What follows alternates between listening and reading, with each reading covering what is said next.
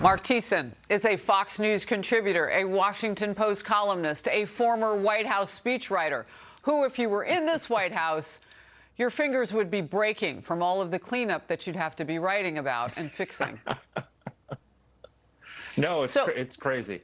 Let's talk about this polling, and let's talk about what it looks like to hit the reset button.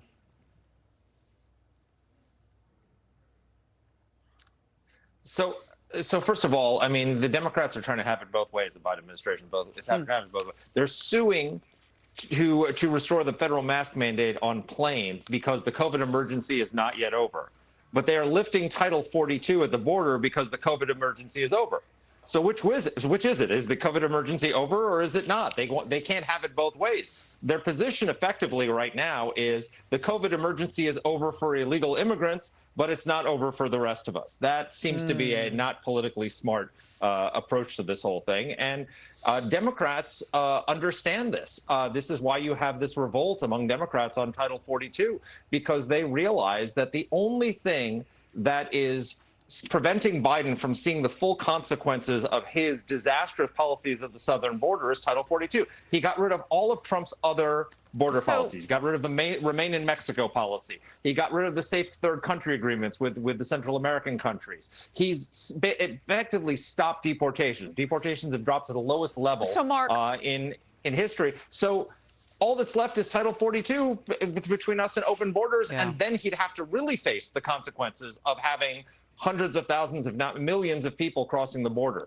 So we haven't even seen it yet, the impact because of Title 42. Imagine how, if you're running and you know that you're going to be in a tight race and it looks like the political landscape is shifting and not in your favor as a Democrat. Imagine trying to parse all of what you just said on those two very important issues. By the way, we haven't gotten to parents and you know, all the other things that are going on right now. Inflation.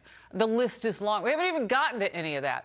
Imagine trying to run. Consider this. The Cook Political Report yesterday shifted 8 House seats in Republicans' direction. You know, this is an indicator that we watched. Sabato's crystal ball moved 11 toward the GOP. They need to net just 5 seats to win the majority in November, Republicans. Yeah. They are cooking with Mazzola, as my mother used to say. They are, and look, and just it's not, you ticked off all those other issues. The other issue is crime. The crime wave is getting worse. New York just had one of its most violent weekends. Easter weekend was not a weekend of resurrection in New York. It was a weekend of record shootings. And what people what people are starting to figure out is that the border crisis is related to the crime wave. The DEA just did a study that shows that the influx of fentanyl coming into the United States has fueled the crime wave. Because most of in 34 cities, they found that the rise in gun violence is directly related to drug crimes and drug cartels and the gangs that are working at that. So the border crisis is fueling the crime crisis, which means it's not just border state vulnerable Democrats like Senator Mark Kelly, who's running in Arizona. It's also Maggie Hassan from New Hampshire, which is about as far as you can get from the border. She just went down to the border and had her picture taken in front of Trump's border wall and said we need to rebuild physical barriers. When we showed it here on the Focus. Calling for a border wall, you know that Biden's border policies are causing political chaos. Look, and I don't know if you heard Artel Cueto earlier with me. He said what's happening now is it's like handing a key to every American's front door from that American to the drug cartel. I mean, every state is a border state. Senator Blackburn of the great state of Tennessee gave us that line. I want to get this. The New York Post with this scathing op-ed, Democrats are in dreamland if they think Biden can run and win again in 2024. Fox Digital spoke with some voters, and many seem to agree. Watch. No, I don't think Biden should run for re-election. No, because he was incompetent. No, I don't. I think he's delusional to think that he's capable mentally of running again. So he absolutely should not run. It would be embarrassing to the party, embarrassing to the public in general. Ooh, that cut deep.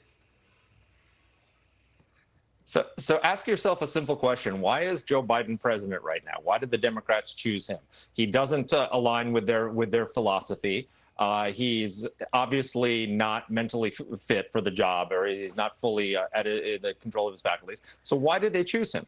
Because he was the least bad candidate. They had like 20 candidates, and they were all disasters except for Joe Biden. Joe Biden was they chose him as sort of the Trojan horse for socialism that could put a smiling face on the Democratic Party. So what did they do also next? chose him because there was nobody else that could do it, that could win.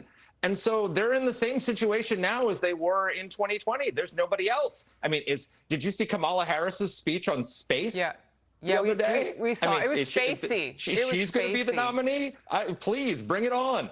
I mean, they've got nobody to run except maybe the only Democrat I can think of who could win is Joe Manchin. And he ain't getting the nomination. I thought you were going to say Hillary Clinton for a second there, and I would accuse you for hallucinating because you've often said that you would be hallucinating if you saw her run again. I just say no but to anything crack, is possible. So, Joe Manchin, the next time I talk with you, let's get into the new politics of the Democrat Party if they want to survive, because you do have some good thoughts on that. I've got to go. We've got some breaking news. As always, appreciate you in focus. Mark Thiessen, you break it down like no one else I know. Thank you.